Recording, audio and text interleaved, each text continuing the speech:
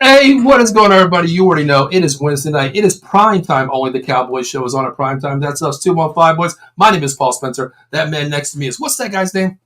The showstopper Cowboy Dave. What's up, everybody? What's going on, Dave? How you feeling this night? It was beautiful Wednesday night, brother. I'm doing great, Paul. And of course, it's raining out as usual in the Delco state of Pennsylvania. So what else is new? We're all good. I hear you, man. Listen, hey, tonight we got an action-packed show. Not much going on there. People not reporting to OTAs here, big names. But I tell you what, Dave, I wasn't really a huge A-plus fan on this draft. But, looking at the pre-draft here and what we're seeing at, rookie minicamp here, I see a lot of heads turning between Tyler Guyton and this one guy we're going to talk about tonight. I think this guy's name is Cooper Beebe, I think it is. I mean, a lot of people don't know this name, but I tell you what, this dude is turning heads, Dave. Yes, he is. I'm excited because I know he's going to be awesome for this team this year, and I'm really looking forward to it. You know what, Dave? That's true. I mean, only if we had a person like behind the scenes to talk about what this kid is like, because Dave, I coach, and I tell you what, it's built from a foundation from your parents, number one, of how you can have God-given talent, but it's up to you to perform on the field to take it to the next level. And I tell you what, Dave, it has to start with the family members first. Don't you agree? I absolutely agree, Paul. It's got to start from the family members, then to the sons, daughters, or whatever they have it there, because this kid's going to, I'm telling you, it's exciting. How about if we had a way where we can just dial into a system here and bring on like a father or a figure of him? Do you think that would be possible? I think it's very possible. Right? Only at Out of the Box Sports Entertainment we can make this happen. So, guys, I'm going to introduce the father of Cooper Beebe, Mr. Tom Beebe, the KC Gorilla on Twitter. How you doing, Tom? Good, Paul. Thanks for having me on. Oh, thank you for joining us. I appreciate it. Like we talked in the green room and on Twitter, back and forth many a times. I'm a huge fan of your son. I'm a big college football fan. And Tom, I never blow smoke up somebody's butt, but I tell you what, I show my team probably your son's highlight video that I made probably about 50 times a week, because your son is the prototype offensive lineman who blocks and gets to that second level every play with a motor. So, Tom, I appreciate you, you and your lovely wife for actually having the time to make Cooper, and be especially where he's ending up now. Thank you. You're very welcome. Very welcome. Glad to be part of the Cowboy Nation now. Definitely. Yes. Well, Tom, before we get started here, tell us a little bit about yourself. The KC Gorilla, on Twitter there, of course. Tell us a little bit about yourself, where you're living now, what you do, and, what presence you have right now. Okay. Well, I, as you said, my name's Tom Beebe, and KC Gorilla on Twitter and other social media. The gorilla actually stems from my college mascot, Pittsburgh State, in a Division II school in Kansas. We were the only college, and I think the only school with the gorilla as a mascot. And once a gorilla, always a gorilla. And KC pertains to where we're from. I'm born and raised in Kansas City, Kansas. Been here my whole life. Attended Pittsburgh State, played football there, was a offensive lineman, ended up being an All-American at Pittsburgh State. Like Cooper, I didn't start out as a lineman till I got to college. Well, he was a lineman in high school, but I went to college to be a defensive end or linebacker, and ended up on the offensive line, and kind of started that. Three of my boys played offensive line in high school. A fourth one was a fullback and linebacker, and ended up playing tight end in college. But, gotcha. Married, been married about 28 years now, and wow. Yeah. To my wife Tamara, she was a college basketball player. Met her playing co-ed softball, and 4 great boys, 4 wonderful boys, 3 of which played Division I football. Wow, it's a blessing right then and there. I mean, So you're talk about an athletic family. Yeah, don't.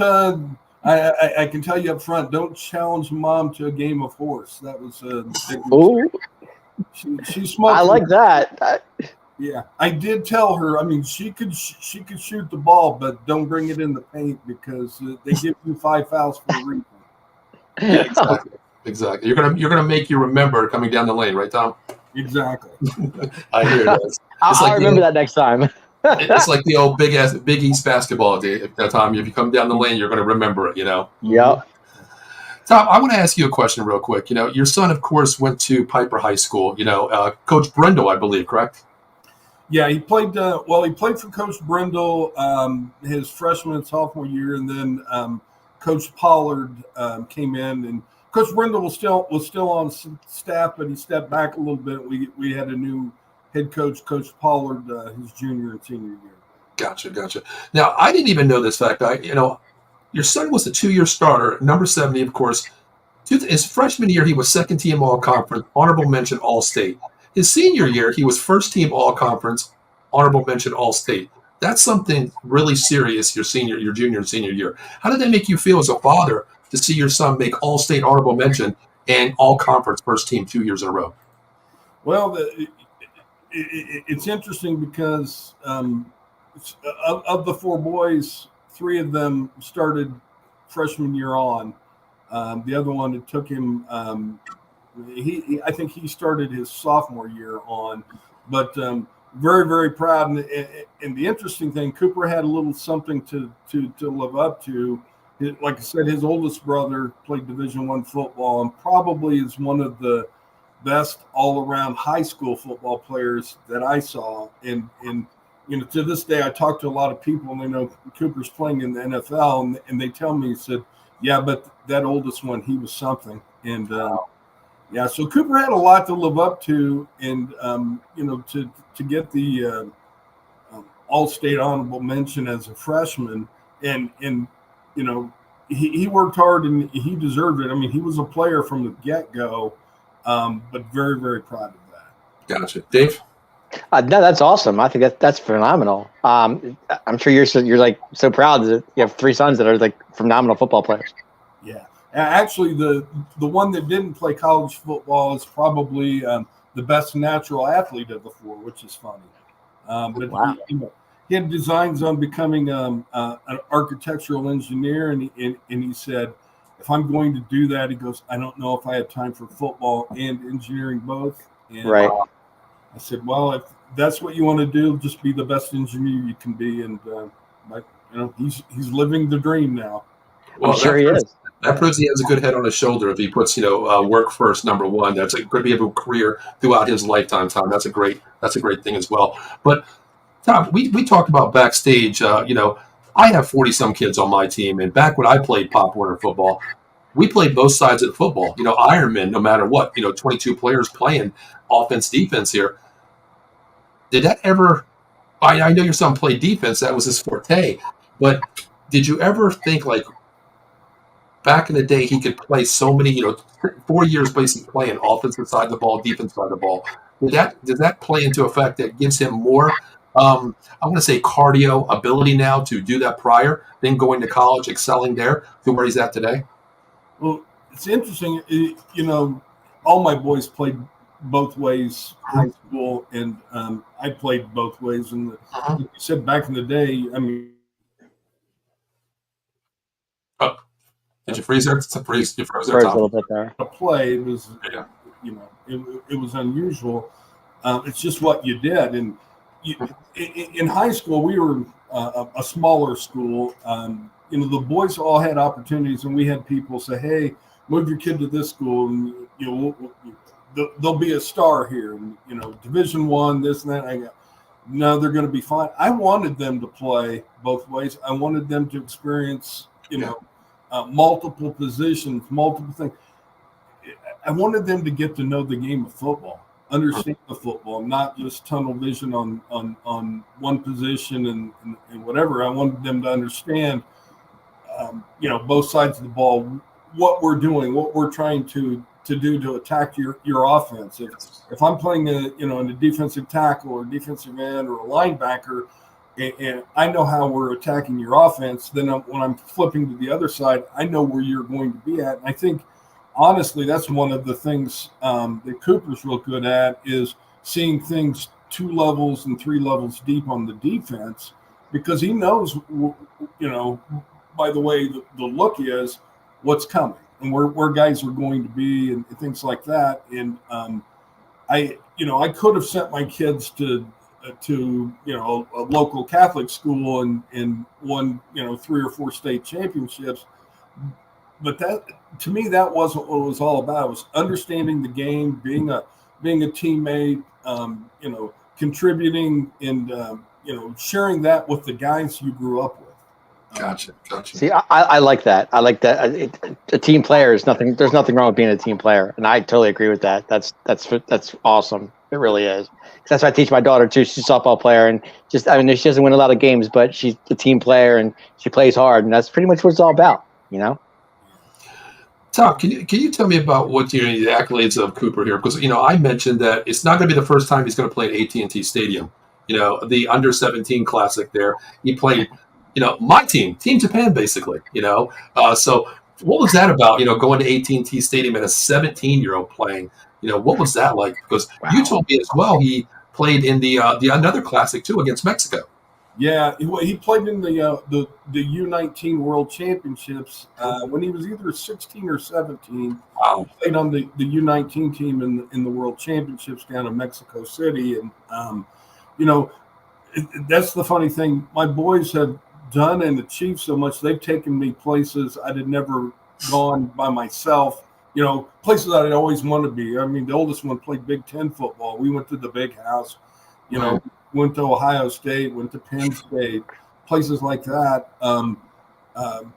K-State, I got to experience Mississippi State. I mean, going down there, But back to your original point. So Cooper is now 3-0 at AT&T Stadium. He had, like you said, played in the International Bowl down there, and they won that. And then the Big 12 championship. The other game. What was? I'm trying to think what the other game. But he is 3-0 now in AT&T Stadium. Well, We're off to a good start. From 8-0 last year, I think we'll be okay with Cooper playing center this year, which we'll talk about, of course, definitely. The other game, we played Stanford in the opener. It was supposed to be a home game. We moved it down to AT&T Stadium, played Stanford. And okay. Gotcha. I walked them down there pretty good. Gotcha. Now, speaking of, going from high school here, he was a 2-star recruit coming out of high school, as we talked about, green room, 6'3", 305, natural size, great talent. But 6'4". Well, now 6'3", Dave. All right. Okay. High school. He grew an inch, Dave. Gotcha. Okay. Going back there only to being a 2-star recruit. And, like I said earlier, we're in the green room, Kansas State, Kansas, and Minnesota were the 3 scholarships that he received. First, why Kansas State? Why Kansas State? Kansas Jayhawks, also kind of home team as well. Why Kansas State, Tom? Yeah, the interesting thing, KU is only about 25 minutes down the road. Really close, easy to get to, things like that. They've struggled somewhat in football while he grew up. K-State's had a better track record in football. He had a lot of close friends, family, things like that. His older brother went to K-State to become an engineer. I think that felt like home to him. And I think once he got that offer from K-State, and the interesting thing, you talk about it being a 2-star recruit. You know, the rivals rated him as a 2-star, as a defensive lineman. That's what he really wanted to play. That he had his sights set on playing defensive tackle in college, and those were the 3 offers he got were at defensive tackle. Had he wanted, to go in and with his eyes open and realize he was going to be an offensive lineman, he had some other possibilities that I know he would have ended up with additional offers. As we talked about, several other schools said, hey, if he's interested in offensive line, we have an offer for him. And you said what, Notre Dame? Yeah, Notre Dame, Iowa, and Stanford all expressed interest. He had a number of schools, and it was funny.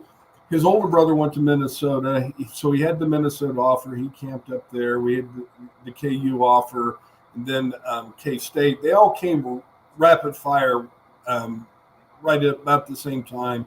Once he got the K-State offer, I'm pretty sure that's where he was set on going, and really didn't have a real interest in chasing offers.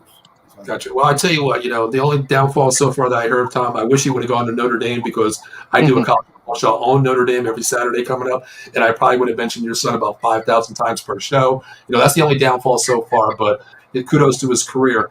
The other thing I wanted to mention, Bill Snyder actually was the one who recruited your son prior to leaving. Yeah, Bill Snyder was the head coach. Mo Latimer was the defensive line coach. And the interesting thing, Mo Latimer recruited me when I was in high school. So wow. That's the kind of stuff Bill Snyder had, the longevity. Guys had been around for a long time.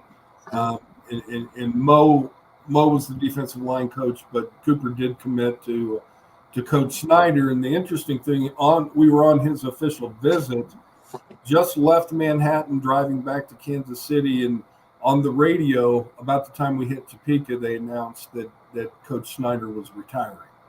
Tom, I think I shed a tear that day being a college football fan, because Bill Snyder is Kansas State football. Honestly, if you know anything about college football, when you relate to Kansas State, the Wildcats, you think Bill Snyder automatically.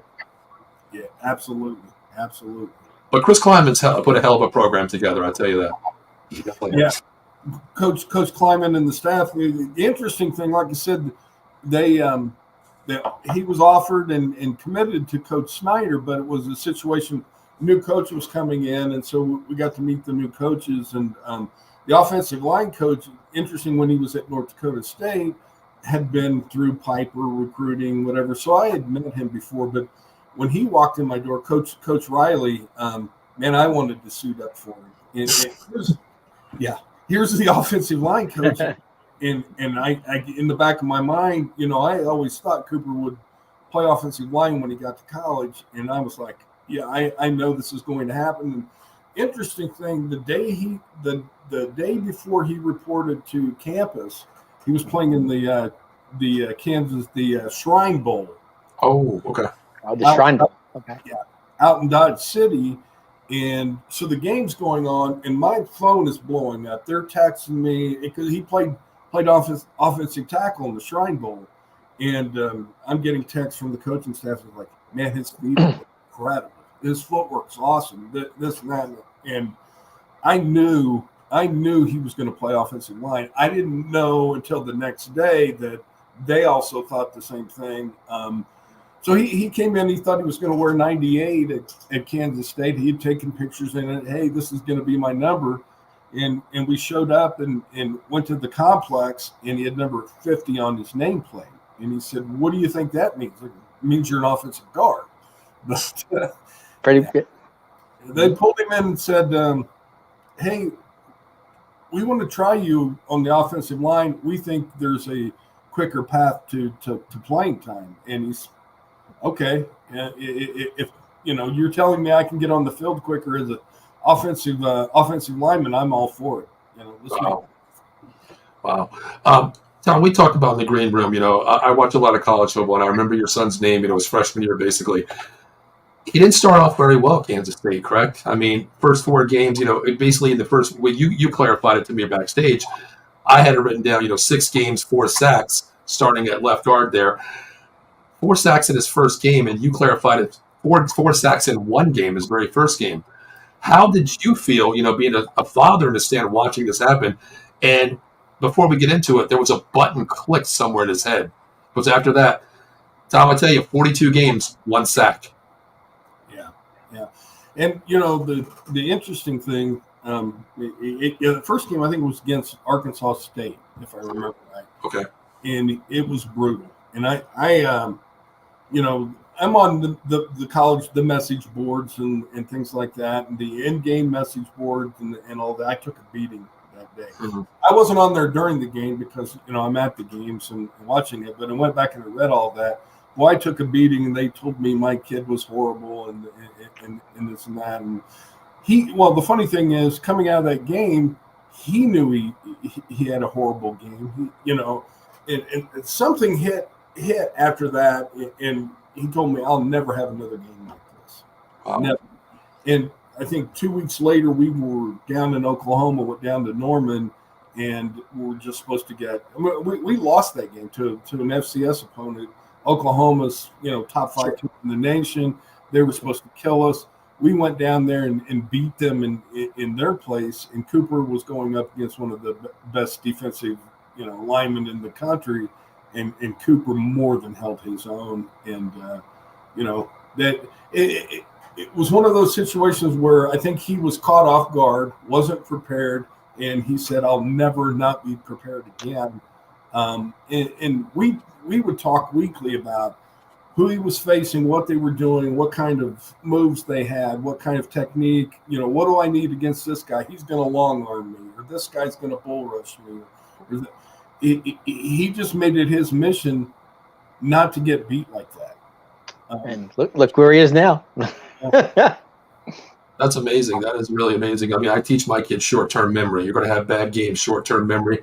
There's another week. That's why, NFL plays 17, high school plays, we play 12 up here. So short-term memory, and that's, something that clicked the switch there 100% for you. Well, that's the bottom line, short-term memory. You know that. All players know that. I mean, on to the next play and get the next one. That's what it's about. Definitely.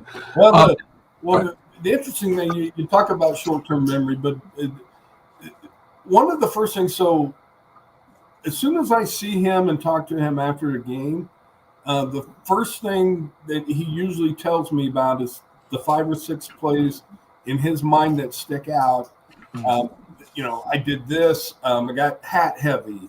My punch was off. This guy long-armed me, and I wasn't ready for it, or this or that. It's not a play where he gave up a sack or he did this. It's a play where he knew. I mean, the outcome of the play maybe was fine, but he knew his technique was off, or this is what I've got to work on. And that's the discussion we have. And he'll approach me with 5 or 6 plays and say, I remember this play. I should have done this. I didn't do this. I didn't do that. And then we talk about the things where you pancake someone. That was awesome, or whatever. But the fact that he can self-evaluate, knows what he needs to work on, what he needs to improve on, I think his key for being ready for the next play, the next week, the next game. Does Cooper watch a lot of film on himself, like to see where he could get better? Oh yeah. That's the funny thing is, and we did this in high school. We used to, they'd watch film on Saturday, then he'd come home and we'd watch film together or whatever. So he got into the habit of reviewing, watching, and doing that. But like I said, then he got to a point where he can play this back in his mind even before seeing it on tape, and then go in on Sunday and go, okay, I believe this happened or whatever. Watch it on Sunday. Yes, it did, or it didn't quite happen like I thought, but this is how I prevent that from happening again. But the coaches said, yeah, he was a film nut. I mean, he studied a lot of film. He watches film on himself, but he also watches film on the opponents, and knowing, knowing the 4 or 5 moves a guy might throw at you. You can tell by his stance. You can tell by where he's lining up what he's going to throw at you. And I mean, when you line all these guys up, and you line all those offensive linemen up, you may not pick him out as the most athletic looking, the most whatever, but he's going to beat you with this because he's studied you. And you don't have to overpower guys. You don't have to outrun them. You don't have to do all that. You've got to get in a better position than them. And by studying the film, that's how you learn. That's how you know I've got to get to this spot, and this is how I'm going to get there. Tom, I tell you what, I got to get you down to my camp because I tell my offensive line, look at the defense technique. They show you pretty much a lot, how they're going to shift, if they're going to down block, what they're going to do. If you learn tendencies of certain players at that level, coaches should be putting them in a different position to have a scheme the same way, not to show you what you're going to do. Offensive line the same way. And I think that's where Cooper excels because he's played defensive line. He understands the mentality of the second level, as you said, too. And I take, just like Ken says, great story about being open to change and willingness to work hard. Ken's one of our hosts of our network here as well. And Ken played, offensive line, defensive line as well in high school. And it goes a long way. I mean, just the work ethic. We have a 6'4", 320-pound freshman on my team. God-given talent everywhere. But the kid is the laziest person I've ever met in my life, Tom. Yeah. See, that's when you talked earlier, and I'd mentioned to you something had flipped the switch in Cooper. The day I dropped him off, and he weighed in, at K-State, he weighed in over 340. So that'll tell you. So he had he broke a bone in his foot his senior year. So had laid off a little bit of the workout and stuff like that. So he had gotten heavy, was out of shape. I dropped him off. He was overweight, out of shape, whatever. And I kept hearing reports. They said, "Hey, Cooper looks really good in practice, this and that." And I'm like, "Is that the kid I dropped off?" Because at that point, I mean, you don't know. I mean, you think he's got talent, this and that, but he's out of shape. He has work to do or whatever. Something flipped a switch in, and I even asked Coach Riley because they were playing him at tackle, and even though he redshirted his true freshman year, at one point I was told, well, if that starting left tackle goes down, for a player or whatever, he may not go in, but if he goes down for the season, Cooper's going to burn his red shirt. And I said, why play him at left tackle? And it's because we can. His footwork, he's got things that other kids don't have. And, of course, he was away from dad, and he was doing all of this at camp, and he just chose to get after it and put in the work. They cut him from 340 down to like 305, and then they put the weight back on him. And that's the dedication you have to have as an individual, because they can't just do that. You've got to do that. You got to put in the work to do that. Tom, funny you said that. I watch a lot of college football, and I try to read articles and watch videos of certain people talk of all teams. KJ Leviston, one of your offensive linemen at Kansas State, said something very remarkable, and it mind-blowed me, really. Before practices, the offensive line used to switch positions to learn every position on the line. Why was that? A lot of us said Cooper would go in and say, I want to play center. I want to play guard on the opposite side. That shows you a lot right there when you have an All-American like Leviston, say that as well about his offensive lineman. That's something that's remarkable in this place as well. Yeah. So interesting thing, Cooper growing up, we started him out in Little League at center. So I actually have pictures of him snapping as a center in Little League. When he was a freshman in high school, Coach Brendel originally said, hey, we're going to play him at center. So he started out at center. Well, the problem is in high school, when you don't have – we're a small high school, and you don't have the plethora of talent, whatever, you normally stick your best guy out at left tackle, protect your quarterback. So Cooper started out at center, kept getting moved to left tackle. It's like, well, we got to have him out there, or we won't be able to do the things we want to do. So the interesting thing I knew, and even Coach Brendel at that point told me, he said, I think next level he might be a center. And even at the next level, he played tackle, he played guard, and he played guard very, very well. I think it was a situation at K-State where they wanted the best 5 guys on the field, and if you could play multiple positions, if one of those 5 go down, well, you bring in number 6. Well, he may only be a left guard. So guess what? You're going to go to right tackle because you can. And I always told Cooper, the more positions gives you the flexibility and the value. You're always going to be in there. Yeah, I tell my kids up here, we have a couple of guards that want to play, center, and I'm like, well, if you're a guard, you're going to learn swing tackle too. You got to learn these positions because, I have a 9-man rotation depth-wise, 4 on the offensive line and step, but I have these guys as rotation players. My 6 through 9, they're learning every position because they're my swing guys, and that's something that's very commendable, especially at a college level to learn. Yeah. Well, it's always good to be flexible. I mean, and you're that person where they rely on you to be that person. Where I can put you here, I can put you there. There's nothing wrong with that. It worked out because finalists for the Outland Trophy in college football. When your son was named for an Outland finalist? What were you thinking, Tom? Because you know what, I tell you what, I probably would have fell off my chair and 911 would have been called. Yeah, I was over the moon. To be on a watch list was just I was like, oh wow, that's awesome. You don't hear that. Well, then to be chosen one of the 3 finalists, we could argue whether he should have won it or he shouldn't. Okay, Tom, I'll say he should have won it. I say he should have won it. I'll tell you that right now. The way your son played that year. I know Joe Alt was pretty good at tackle, of course. Yes. And Devondre Sweat. So you have a defensive lineman, 2 offensive linemen. Defensive linemen are the ones that get the stats, get the notoriety and things like that. We kind of knew the chances of winning weren't great. The other 2 he was going against, very, very solid, outstanding football players. And to be a finalist, I honestly had butterflies waiting to see if he would, he was going to win that. And we did get he was also a finalist for the Campbell Trophy. We got to that event out in Las Vegas, and that was awesome.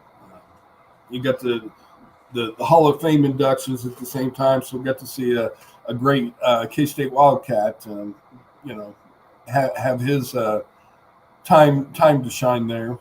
Gotcha. Yeah, I agree. Joe also, incredible specimen as well, Swift as well, but it's exactly how you said it. Defensive linemen get the stats. The offensive guys get no kudos, put there. There's no box score for them. But the fans see what they do. And I say every game is won in the trenches no matter what you do, Tom. Those guys are the nastiest 5 up front. They win or lose games for you. And they don't get the respect that they should have done. I agree. I had Cooper win it that year because the offensive line, the way he controlled that guard position was insane. He led so many back-on-back blockers to me, what I call, for the second level. It was incredible. It was film study on his son. Thank you. Definitely was. Well, let's talk about going from K-State here, going to the combine. I believe he worked with Duke, correct? Yes, he did. Yeah. Okay. I hear nothing but kudos about Duke. Duke's awesome. So the first time I met Duke, Cooper actually went to the O-Line Mastermind Summit the summer before. He was interesting because he was invited the summer before that and couldn't make it, had a conflict because, well, most people thought he was going to come out of college a year earlier. And, he was invited to that summit at that point, didn't make it, but we did go back. And I actually bumped into Duke in the elevator at the Omni and introduced myself. And he's like, oh, I know who you are. And you're Cooper's dad and this and that. We talked and I asked him, I said, hey, any chance I could just come over and see what you guys are doing? He's like, I'm all for it.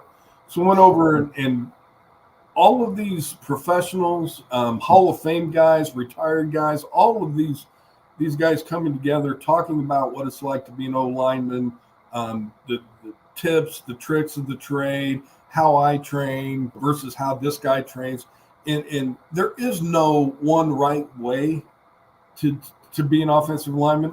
You're going to play for a coach and you're going to do, the techniques and things that they want.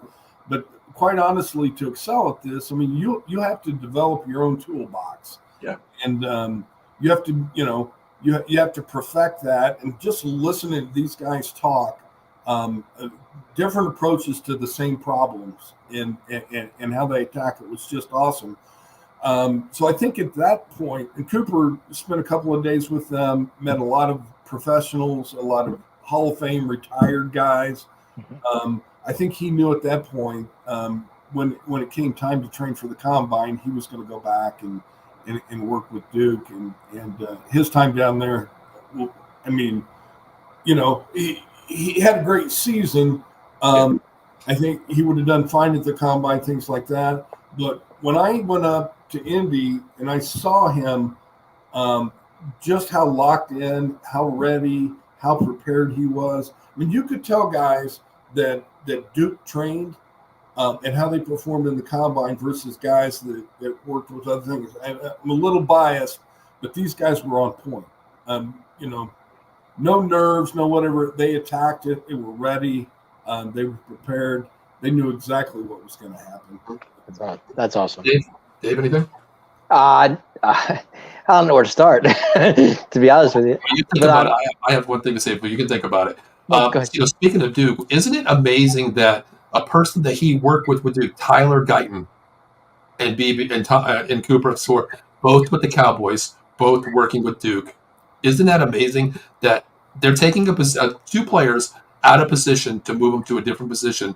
That much respect value on these two named players, your son and Tyler as well. Oh, absolutely. The interesting thing, so when he went down there, I mean, obviously, I'm thinking guard all along, but when he went down there and trained, Duke's like, no, you're going to train at guard, you're going to train at center, you're going to, train the techniques of all of it. So, I mean, here is that same philosophy I've always had. Don't lock yourself into one position. Yeah. Train and learn them all. So, I mean, he was already snapping with Duke down there, the footwork, things like that. To me, the biggest thing, the biggest challenge that I think he has going from guard to center, I know he can get to the right position, the right footwork, the right hands, and this and that at a guard. To me, you've got to have a great snap. It's got to be on point, but then to snap that ball and then get to that position is a little different, a little bit of an adjustment, but it's not foreign to him. What does he prefer to do what does he prefer to do more, be a center or a guard, or does it really matter to him either way? Honestly, I think it's just like when he went to K-State, he wanted to be a defensive lineman. They said, hey, this is your path to the field. So if that's his path to the field and they think that he can get there quicker by switching to center, and don't get me wrong, there is no slam dunk here. He's going to have to work to get on the field, but that's probably, you've got Martin and, Allen, you've got all of these guys. If it's a quicker path, that's all he wants to do. He wants to play. Right. Which is understandable. We know he wants to play, and that's great. But my point being is rather guard, center. I mean, what does he really want to be? What's he want to do? A Dallas Cowboy. That's all that counts. That's great. That's a great answer. That's a great answer. I honestly, well, the whole time he was an all Big 12 left tackle. Mm-hmm. I actually have that right in front of me. Yeah. I think he would tell you he played left tackle that year, didn't give up a sack, first team all Big 12. I think he would tell you I would have preferred to play guard. Right. I think if you had his preference, he would say, yeah, I'd play guard. Mm-hmm. But if it means a chance to play, he'll hold, on place kicks. Question I have for you, speaking of Duke, he's highly commendable with NFL teams, basically, as a foundation, like a farm squad guy, getting relay messages. This player's good, this player's bad. He's a little slow here. He can work, good footwork, needs a little work here. Who was the person or bird in, Cooper's ear saying, I think you better start center more active here, because I think that's, as you said, the best path to the NFL here? Well, the interesting thing, so like I said, people thought he was coming out after it would have been his true senior year, but it was his redshirt junior year. People thought he was coming out then, and there were scouts coming, watching practice and things like that. Several of them had asked him, have you ever snapped the ball, things like that. And Coach Riley would joke and say, hey, what kind of football coach am I? He said, I played him everywhere but the one position that he wanted to play in Dallas. But actually, Coach Riley said, hey, if you're coming back, he said, I've talked to enough people. People have inquired about this. I know you've snapped and this and that. He said, but we need to get serious about it. You need to work it. You may not play it in the game or whatever, but you need to work it. You need to have that tool in your toolbox. Gotcha. So he would take pre-practice, after practice. He'd take scrimmage reps, things like that at center, just so it wasn't foreign to him. Gotcha. Well, let's move on to the night, Tom. Let's talk about that call. Okay. That's what I want to know. That's what I'm looking for. First, I want to ask you, Tom. I'm going to have to throw this out to you. If you had a choice for your son to go to, I mean, I know you're a Steelers fan. They haven't been true at center since Pouncey, okay? Was Pittsburgh the first option in your head's like, if I get that call from Pittsburgh, I'm going to be so ecstatic? Where are your son to go to? Yeah. I mean, I grew up as a Steelers fan, even though I'm a Chiefs fan, obviously being from Kansas City. But I was a diehard Steelers fan growing up. And, a piece of me was like, yeah, I would love. And, the funny thing is, Cooper, when he met with him, he told Coach Tomlin, he said, my dad's a huge Steelers fan. And, of course, Tomlin said, hey, great deal and this and that. And I didn't think – I knew they were going to take a true center. I didn't think, honestly, that Cooper would be selected, to play center. Right. I was still thinking guard all along. That's what I was thinking. Yeah. Cooper probably knew a little more about each team and the interests and things like that. I would have been over the moon had he gone to the Chiefs or the Steelers. But – like I said, growing up, you either watch the Cowboys or you watch the Steelers. And here in Kansas City, that's all we got. They didn't even show the Chiefs on local TV because we couldn't sell out a game way back then. So we saw Dallas or the Steelers, and I grew up a Steelers fan. His godfather grew up a Cowboys fan. From Western Kansas, they were all Cowboys fans. The rivalry back and forth between me and him. I'd tease him about the Cowboys. He'd tease me about the Steelers. And, but yeah, that would have been cool, the Steelers. But honestly, going into that, Cowboys weren't on my radar. Steelers weren't on my radar. Chiefs weren't on my radar. I mean, the Chiefs told him, hey, we really like you, but by the time we can take a guard, you're going to be long gone. And, so had expectations. Cowboys weren't on my radar at all. Cooper, on the other hand, got tipped off from Duke, said, don't be surprised if the Cowboys pick you. I heard that. I've been fielding a lot of questions about your ability to snap. I heard that. Yeah. Tom, my other question is, what was it like? I know your whole family was there at your house draft night. Night one, probably as well, and that Thursday night too.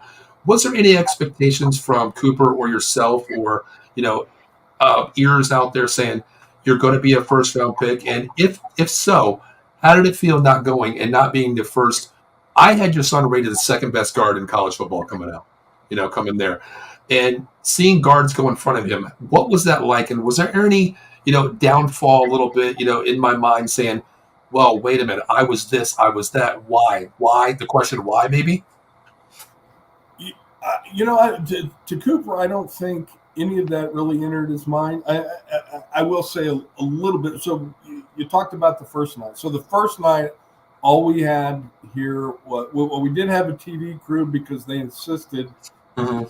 If it did happen the first night, we don't want to miss it. And we were just, it was just he and his brothers and my wife and I sitting there watching it, just relaxed, laid back, no expectations for first night. All along, we were expecting day two, which meant second or third round.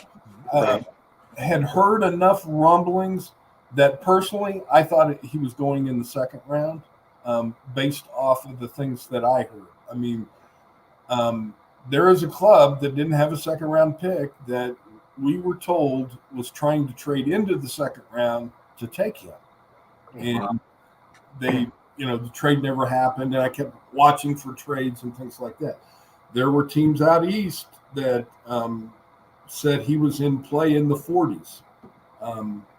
Wow. And, the first round went kind of off the rails with all the quarterbacks and offensive tackles taken. There were too many defensive guys that slipped, and there was probably one of the best safeties in the draft, which wasn't deep. The safety class wasn't deep. A team that I thought was going to pick him picked a safety instead. I absolutely understood that. And who was that? Who was that team? The Giants. Ah, gotcha. Yeah. I thought he was going to New York or Seattle. Okay. If you would have asked me to lay money down before the draft, I would have said Seattle or the Giants. Wow. Yeah.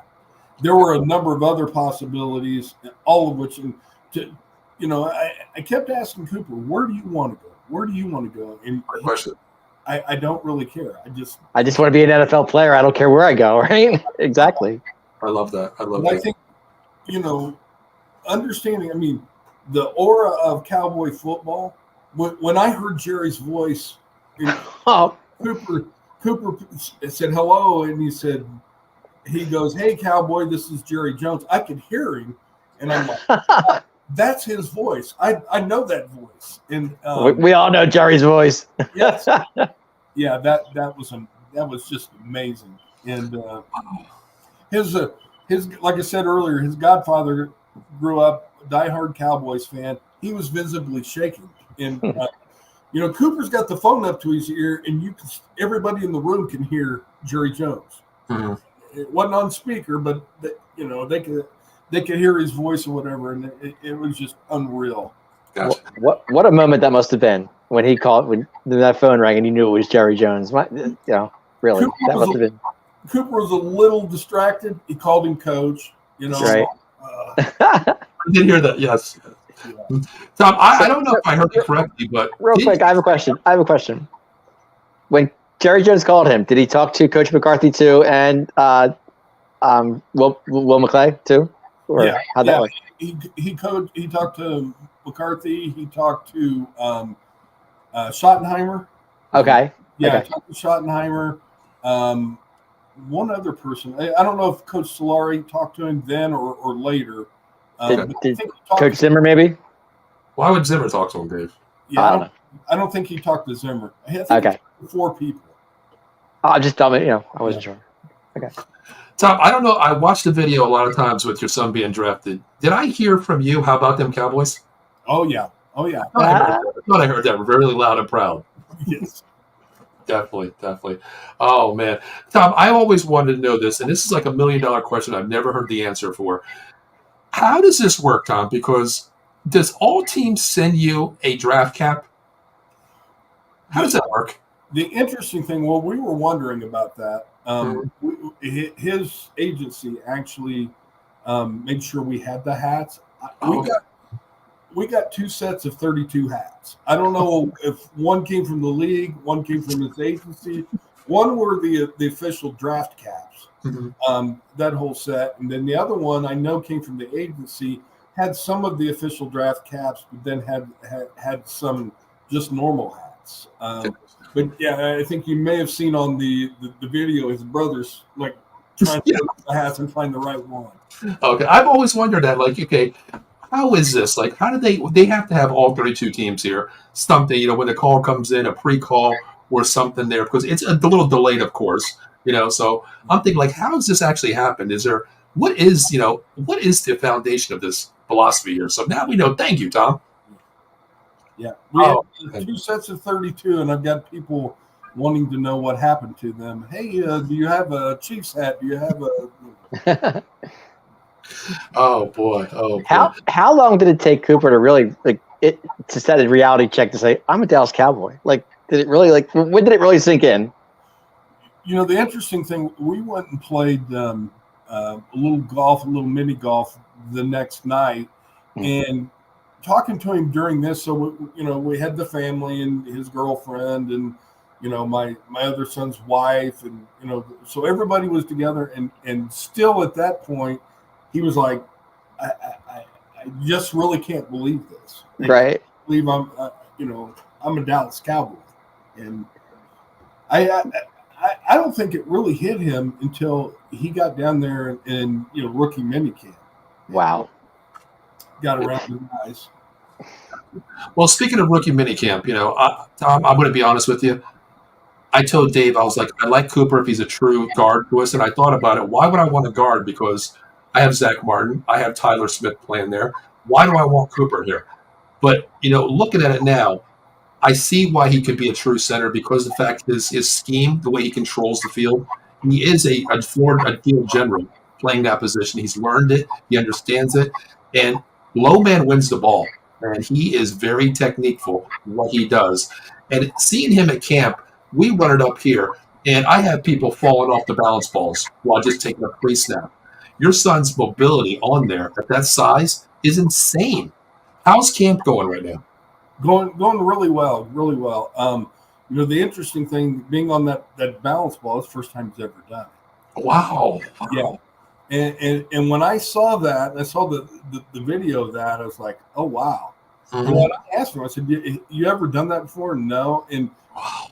The balance he had and the hand punch and stuff like that, probably playing at a center or, it's not like you're going to move a 360, 370-pound guy that's 4 inches from your nose, that you're going to move them a lot, but you got to be able to anchor down in the hand punch. And I think he's got both of those in his toolbox and whatever.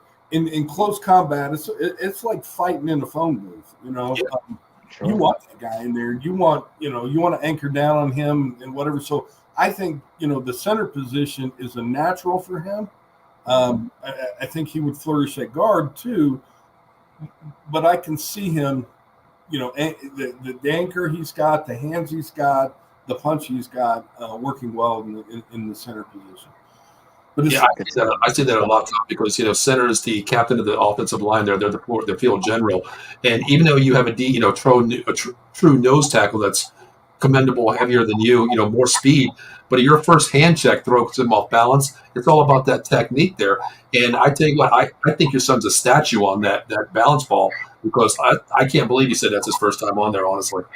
Yeah. And you talk about a hand punch. Now, I've played around with him a little bit and been punched or whatever. Used to have the intimidation factor on him, not anymore. And he's hand punched me a few times.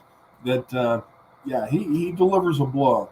There was a knock. Tom, I have to know. Has he been a part of any rookie pranks yet? No pranks. I mean, he had a little bit of hazing. He had to buy some things for the O-line group, and he told me, hey, if you see a charge on my debit card, this is what I'm buying. In this Wow! Any of carry my bags rookie thing, anything like that? No, I don't think anything demeaning like that. But we haven't hit Oxnard yet, so. That's where the wait till that. Yeah, exactly. That's where the dinner for the O-line comes in, Tom. So the interesting thing. So when he got around rookie minicamp, he and Tyler have become pretty close and pretty joined at the hip and drilling each other on playbook, on looks and things like that.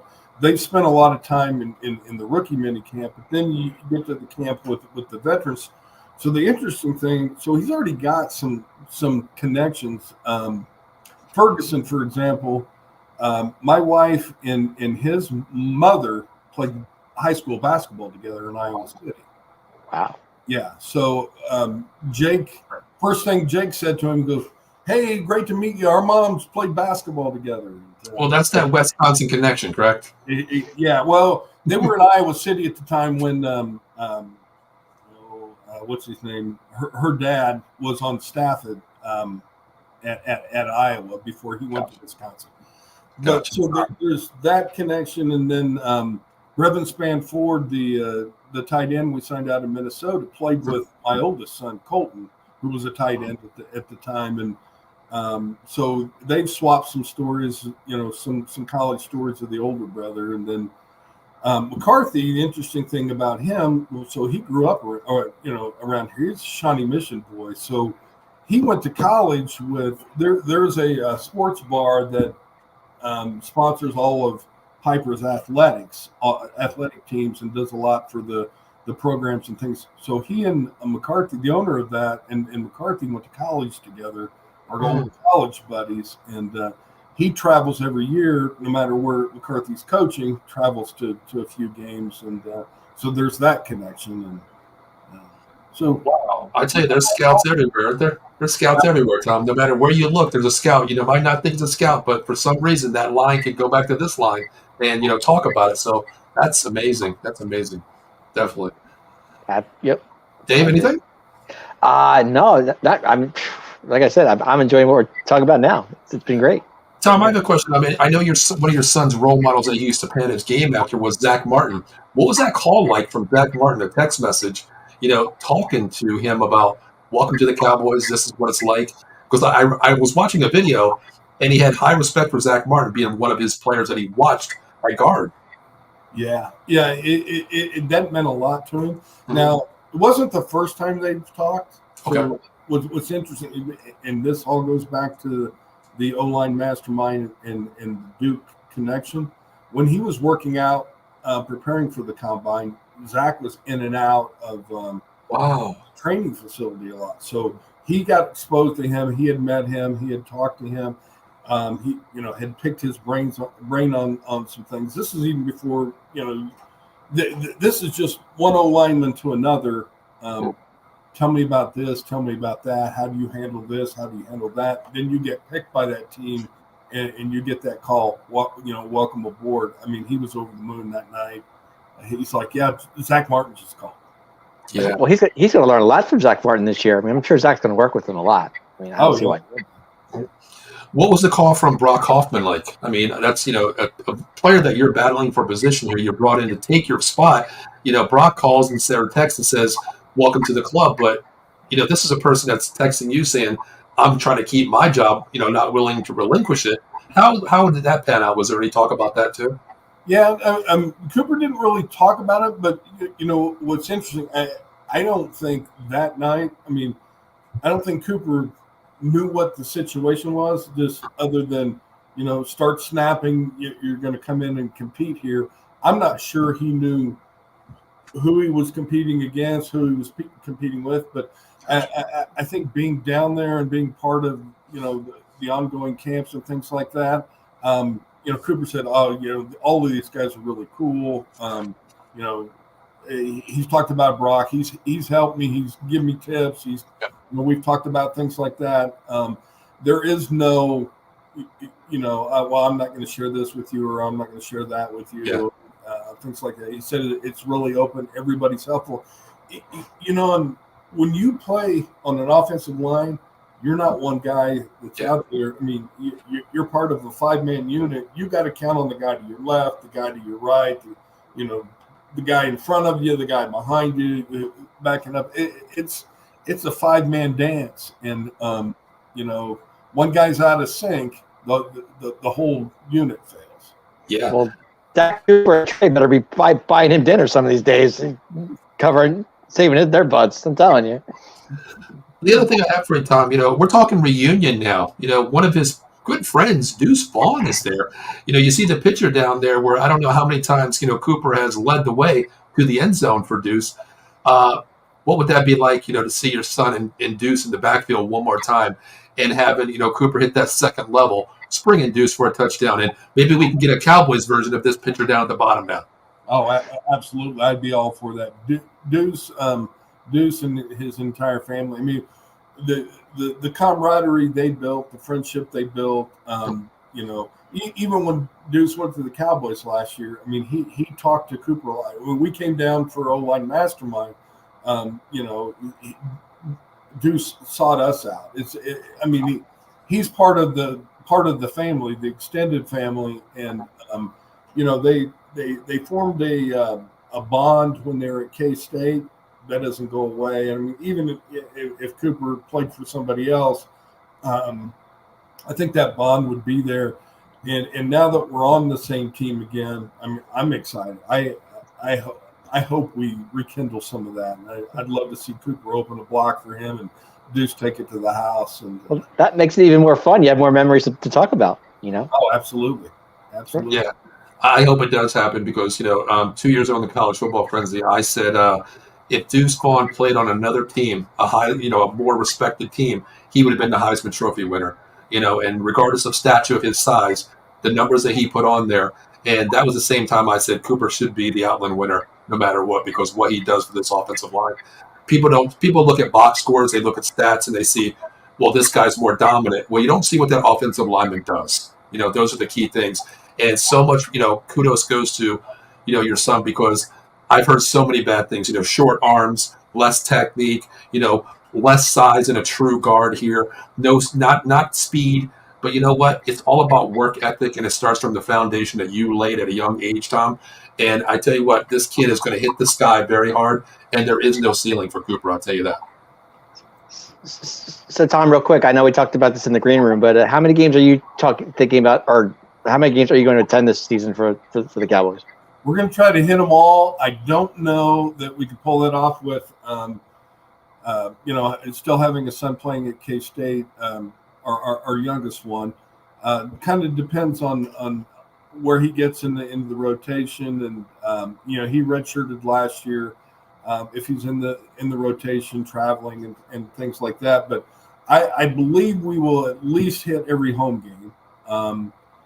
The two that kind of worry me is the coast, San Francisco and New York, but Atlanta will. I think we're pretty sure we're going to make Atlanta. Definitely going to be at Cleveland. We're not missing the first game. Philly's not a bad trip. Be safe, Tom. Be safe if you go there, please. Yeah. Yeah, I've been there. Yeah. Well, Tom, I'll be looking for you in Atlanta, my friend, because that's where I'm going. I'll be in the Atlanta games. I'll be looking for you to that game. Pittsburgh on Sunday night. I'm not missing that one. Well, Tom, you know what? We'll keep in touch because I'm only an hour away from Pittsburgh. Maybe we'll get together and say hello to each other. Of course, I'm only an hour away from there. But Tom, one of the final questions I have for you, and this has been on my mind ever since your son got drafted and knowing he's going to play center. How many times has he snapped the ball to you? Because I know he does that with you, correct? Yeah. How many times have you sat back there and said, "Here we go"? I got to do it. Great question. Meaning here? What do you mean? Here we go. You're playing quarterback, as Dak would say. Here we go. Have you said that? Yeah, I have not. Now the funny thing is, I did see a Snapchat where he was snapping to his girlfriend, and they were in the indoor at Kansas State, and Cooper was snapping to her, and she said on her caption, basically, "I'm Dak Prescott." And, oh, I love that. I love that. Oh, man. Snapping to anybody that would receive it. I heard that even at the camp there in the lobby. I think he's taking snaps to anybody. I think I don't know if I heard it correctly. There was somebody walking by, and he's just like snapping the ball to anybody that he could. Oh, absolutely. Wow, that tells you that. Now we know Dak says "here we go," but does Trey and Cooper say "here we go" too? I'm not sure about that. Yeah, I don't know. Well, I'm hoping to find my way out to Oxnard so I can see some of that beforehand. But we've got flights already scheduled for all of the preseason games. We're working on the rest of the schedule. Definitely will make as many games as we possibly can. That's awesome. Tom, here's a question for you. I coach up here, and I talk about cadence, voice recognition from your center to quarterback. He hasn't taken a snap from, snap to Dak yet. He's been snapping to Hopes now, their quarterback that they brought in. What is it like? Is there Has he talked to you about, different voice recognitions from playing the starter Dak versus basically maybe a 54th man roster here with, Hope Style coming in? Has he talked to you about that? The recognition, scheme wise? No. We haven't talked about cadence, and I mean, you're right. One guy could be faster or slower through the cadence and things like that. I mean, we've talked more about technique and getting to, I've asked him, I said, how is the snapping going? And he said, for the most part, he said, I've been really good. He said, usually maybe one or two a practice errant, and I asked him, are you high, you low, right, left, or whatever? And he said, when I miss, he said, it's usually high into the right. Is that when you're moving left? Because if you're moving left and you move too quick, you're going to shoot it to the right, So we're talking about technique more than cadence. I hasn't really gotten into that yet. Yeah, it's a big difference, playing guard to center. Your cadence, of course, which we talk about there, but your technique, if you're going to be center pulling, down blocking, shifting, it's a lot different because that does mess with your snap arm, being high or low. But you said he's usually high to the right. Are we in a lot of more shotgun? Because Dallas does run a lot of shotgun, and that's really a downfall for a person that really hasn't played center, a true center, going in the shotgun role and not being under center. Is that something that is on Cooper's mind as well, maybe? Yeah, he's really concentrating. So it sounds like, when he's practicing snapping, I mean, everything he's practicing has primarily been shotgun. Oh, wow. Okay. So that's what he's worried about. You get a guy up underneath you, I mean, that's one thing. But the technique of the shotgun, I asked him, I said, are you dead arm snapping? You throwing like a quarterback, and so we talked a lot about that and the differences. And I mean, a few years ago, dead arm snap, you started seeing a lot of that. I don't see that as much anymore. Most of us are back to throwing it like a quarterback, and that's what he's doing. And but that's what he's worried about. You get a guy underneath you. I think he's pretty comfortable with that, pretty set. Okay. Gotcha. You can feel those hands. You know where they're at. Exactly. Yeah. It's just a basic movement up and down. At an angle there. A shotgun. It's all about a lot. My center, we run a lot of run and gun up here, and when we practice, my center actually, even though you can feel the hands, Tom, underneath there, he actually, before he goes down, he looks behind him to make sure the center's away from him and basically how far he is. Because, I mean, my thing is repetition. It's going to get Cooper where he needs to be. He's going to learn that, mentality level where it's just trial and error, learning mentality, doing it constant. Muscle repetition is basically what I say. But, Dave, do you have any final questions? Because I do have one more question here for Tom. How's he doing so far? Is he having a great time? Is he just loving it? What is it like? What's his like? So the interesting thing, I keep asking, how is it? How is it? I kind of expected him to be a little overwhelmed. Right. To me, he's approaching this just like he would any other. Being in college, it's practice. It's we're working on this. It's right. The competition. It's the grind. It's the process. It's not too big for him. That's pretty much what I was going to say. How big is the moment for him? Is what I wanted to say. Yeah. It's another day at work. I love it. I love that mentality. Bring your lunch pail to work. I love that philosophy. Tom, I don't want to do this to you, but I have two questions for you, really quick. I had one more, but go ahead. You go ahead. Is he getting along with the coaches? Is my question. Like Coach McCarthy, do they love him, or is anybody who doesn't care for, or is that fun, or what? What's going on with that? Well, the funny thing is, I mean, growing up, or everywhere he's played from little league football to middle school to high school or whatever, he's always had great coaches, and always had great relationships with them. He talks very highly of Coach Solari. It's like this guy is really, really smart. He knows a lot about the position. He knows what he wants, whatever. I don't know. So when he was in college, the bond with Coach Riley was like another dad. I mean, Coach Riley would talk to him like I would talk to him, and stay on him, and and things like that. I hope he develops that with Coach Solari. So far, so good. He hasn't said, "Hey, I love this coach. I don't like that coach," or whatever. I mean, it's all been positive at this point. I haven't heard any complaints or anything. Gotcha. That's awesome to hear. Awesome. I think it's high praise because they took him in a natural position. So I think it's high praise that they have, the mentality that he's going to, go to center and be an all universe center, as we definitely need. I think that's I hate no slap to Brock Hoffman, of course. He's a starter in the NFL, but I think that was our weakest link on the offensive line, and I think we have a low man that can build that foundation on our offensive line. But Tom, my question to you is, as a father, seeing your son grow up from little league all the way up to where he's at now on America's team, what is your expectations for your son the first year, and where do you see your son's career in 15 years when we call it in pretty soon later on down the line? Yeah. So my expectations for him it is that he shows up every week and he gives it his all. He does stays within his game. The interesting thing, all through college, I think he struggled understanding how good he was.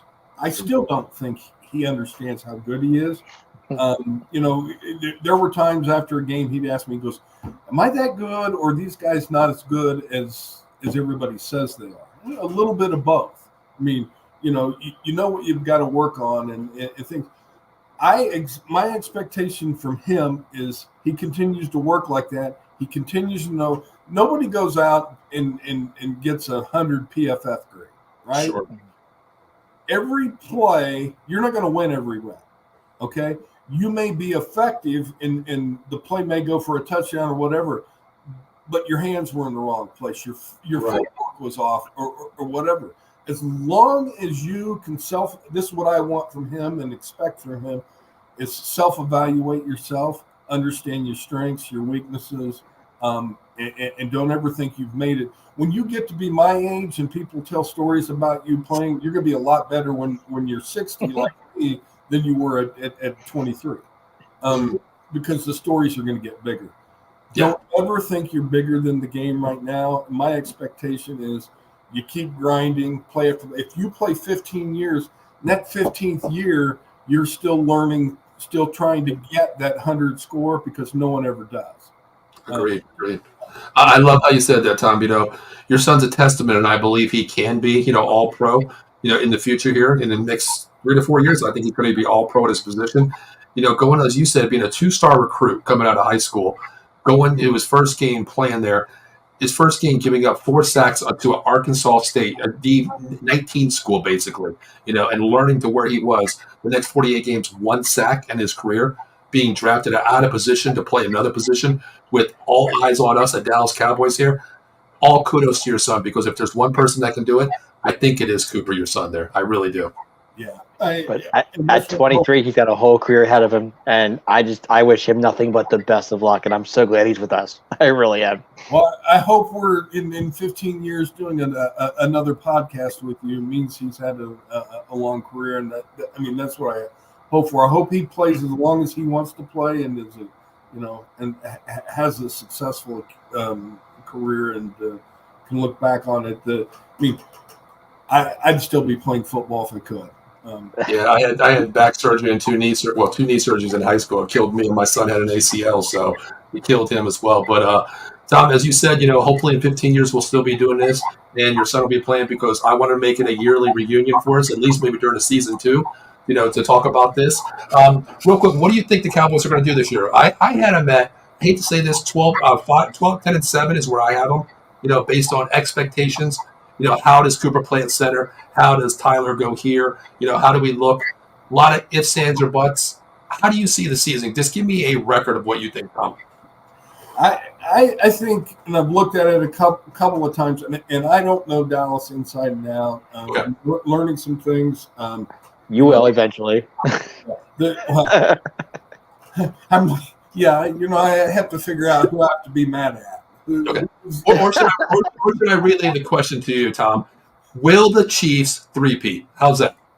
No. Okay. No. Wow.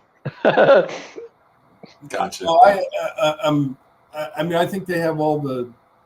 I mean, that's a great program. I mean, I mean, here we are worrying about paying wide receivers. I mean, they've never, you know, they sent Tyreek to, Miami and said we're not going to be held hostage. And they are paying a quarterback, but Sure. he's still got other pieces around him and does some amazing things. See, I think Dak can do some amazing things, and being a football fan, I mean, we're going to win 10 games just because we're Dallas, and it's what we do every year. I mean, battling for the AFC title, that's an expectation, and that's, if we're not battling it out and we're not right there at the end of the year, then something's wrong, and that's just my expectation of being, an observer of Dallas from a distance. Now, Tom, I had it 11-6 this year. Okay. I think that's fair for this year. Since we went to 17 games, 10 wins was to me the bogey, but throw in that other game, then 11. I'm right there with you. Now, the last thing I would ask you, I just came to my mind here. Thanksgiving Day. Kansas City. I don't know when the last time they ever played on Thanksgiving Day. What's the plan on Thanksgiving Day now? Cooper's playing on Thanksgiving every year now. What's changing in the family here? Well, it was interesting because through college, we when the oldest was at Minnesota, we played in Minnesota or we played in Wisconsin on Thanksgiving Day weekend. So we, every other year we'd either swing through Iowa City, have Thanksgiving with the family on our way to Wisconsin, or we would get together in Minnesota and have Thanksgiving there. Now I know where we're going to be every year on Thanksgiving Day. So we haven't really talked about whether the whole family will be down there, but I know my wife and I will be there. And we've done some strange Thanksgiving Day dinners. Cracker Barrel one year, things like that. You got to find that. We looked for a buffet one year in Minnesota, and we were going to go to the casino, and they had a big Thanksgiving buffet, but it's like a 4-hour wait. And, oh wow! Yeah, that's with your big boys. I think the buffet is best in line, correct? Oh, absolutely. But yeah, we'll definitely be in Dallas every year for Thanksgiving. So. Tom, I have one question for you. I don't know if you can make this happen for me. I'm not asking for your son ever to hop on a show or anything. That's crazy. But if I ever get a jersey and I send it to you, can your son sign it for me? I could probably get that signed for you. All right, because the reason why is my birthday comes up in 2 weeks. I'm going to order it actually this week, and if that's possible, I'll send it to you. Let me know. If it's not, please don't ever think it's no worries if you don't. I don't care. I just want something, because I think he's probably going to be one of the most dominant players. And I'm not saying that because you're on the show. I watch a lot of college, Dave. You know that. And when I said Cooper is my second-rated center, and since Jackson Powers didn't go, our guard moving over, why not go get him? I think he can play it. And last year, Tom, I corrected I got all 3 draft picks, 1, 2, and 3 on our draft board. This year, your son was the only one I got right. I still am puzzled by Nealon, honestly, going second round over your son. I don't know about that one, but I hear great things about him too. Oh, I think he's going to be better than some people think. I think so too. I've been seeing a lot of film on him, going back and watching it, going from a low school, but the Western, his motor is insane, and I think technique wise, he'll fit in pretty good. Yeah. Well, once again, where can everybody find you? I know KC Gorilla on Twitter there. Do you have anything going on, with like anything that you're working on that we can give you a shout out as well? No, I mean, here locally, I work with the local Optimist Club, Piper Optimist Club. We raise money for giving back for youth. Great. Sports programs, non-sports programs. I mean, we're sending the middle school FCCLA to nationals up in the state of Washington here in a few weeks. but we raise money. We give scholarships, four scholarships to graduating seniors. We put on golf tournaments. Youth, I help run the youth basketball league. That we raise money. We give it all. Everything we raise, we give back to the youth bikers. Love that. Tom, if you can actually send me that link, we'll put that on our page too to try to get our viewers to acknowledge that as well. Definitely do that for. We always like to pay it forward. Here, absolutely. Anything we can to help out, because it's all about our future of our kids. Other people's kids, to set the precedents of what we're going to do in the future. So it's all up to them, and we started for them. It's how they accept it and move forward with it. So I like to set that for you as well. Oh, absolutely. I appreciate it. Hey, Tom, I have one more question for you. Okay. We've been saying that for a half hour already. I know. I can't tell myself. How often does Cooper call home? More text than anything. Well, and so this is what Cooper did for me. So for Christmas, he bought me a PS5. Nice. So we talk, and if I wasn't on the on this with you guys tonight, I'd be on talking to him online. So we talk, hey, how was practice today? How was this? How was that? Right. We get on and grind on some of the games. So he is actually part of the Kansas City Pioneers, which is a professional. They have a professional gaming company. His one of his best buddies growing up, they played football together, grew up and played youth sports and all of that. He formed the Kansas City Pioneers and is the CEO of that company now. Nice. Kind of like an honorary member or whatever. So Cooper will be back in Kansas City here in a few weeks and is throwing out the first pitch at a Royals game. Wow. It's gaming night. The Kansas City Pioneers are there, and they asked Cooper to throw out the first pitch. Tom, what game do you play? Well, Call of Duty. Tom, there you go. Send me your gamer tag. We will be up all night playing Call of Duty, Tom. I'm horrible, as the boys will tell you, but oh my! I just started playing online with them at Christmas time. But we're doing Red Dead Redemption 2 right now. Oh, okay. So, and tonight the boys started his. Well, here's what's funny is so. Me and the four boys will get on together, and so I get to talk to my boys every night. We may not pick up the phone and call, but we're online and we're talking and giving each other, a hard time, and it keeps us close. And Cooper bought that for me for Christmas, so he said, "Dad, we can talk every night." Mom texts him, mom calls him, this and that. Dad talks to him online. So how's Mom taking all this in? I mean, what's her reaction to all this? I mean, Cooper being a Cowboy and all. She's stoked. I mean, quite honestly, with everything we have, there is no better place for him to be than Dallas. I mean, there's a flight every hour to Dallas. Right? Yeah. Gotcha. In and out. I mean, the heart of Big 12 country, where we still have Big 12 football going on. She loves Texas, not just Dallas, but the state of Texas. Right. To go on vacations with the kids when they were younger. That's where we went, Nice. somewhere in Texas. Gotcha. Well, Tom, I want to say thank you for hopping on here with almost an hour and a half. I really appreciate you. You've taught me a lot about it. Growing up and listening to you, how you've set the path for your kids and how they took the weights there and just take on with it and go to the gym every day with their lunch pail. Thank you for as I said, for having a wonderful family and setting that for your son there. And what better way to end up with America's team here with the Star Force, Dallas Cowboys. I am so happy that he's here. I really am. And please don't be a stranger, Tom. Anytime you want to hop on, let us know. Like to have you on maybe a couple times during the season if we could do that too, and talk about what we can do. Maybe we can critique your son a little bit. Two fathers that critiquing their son. How's that? Absolutely. I'm sure he's used to it. I hear you. Coming from you, I think he would be because you played it, you understand it, and that goes a long way when they hear their father critique them. One that says you did this wrong. You had this. I like how you said they might have scored a touchdown, but your hand movement, you might have missed a block, you might have down blocked, and you're supposed to do this or that. I love how you said that too because there's always something that goes underlooked, and when you see that underlooking and you learn from it and take it to another level. Maybe that 15th year, he'll be the first one in NFL history to get that 100 PFF level. Keep working. The key is to stay humble. Yes. Know you've always you're not going to be perfect. There's always something you can do better. Stay humble. When you think you've arrived, that's the time to step away from the game. Agreed 100%.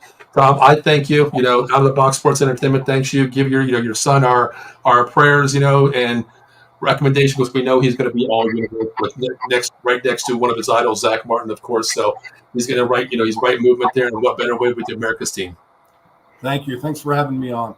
Tom, thank you so much for having you coming on the show. We really appreciate it.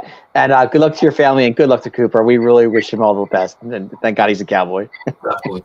Thank you so much. So, guys, this is the 215 Boys. My name is Paul Spencer. That is Dave Yarnell. And that is Tom Beebe, father of Cooper Beebe, the newest Dallas Cowboy, prodigy, future All-Pro, future 100 PFF player, first in the NFL history. We already know it's going to happen. So, guys, it's prime time, 9:30. We're out of here. We'll see you next Wednesday night on the 215 Boys. Until then, everybody stay safe, hug your loved ones, and stay blessed. And, Tom, we always say, go, boys, go. Tom, I'll let you have that one. How about that? Go ahead. Go, boys, go. There we go. There you go.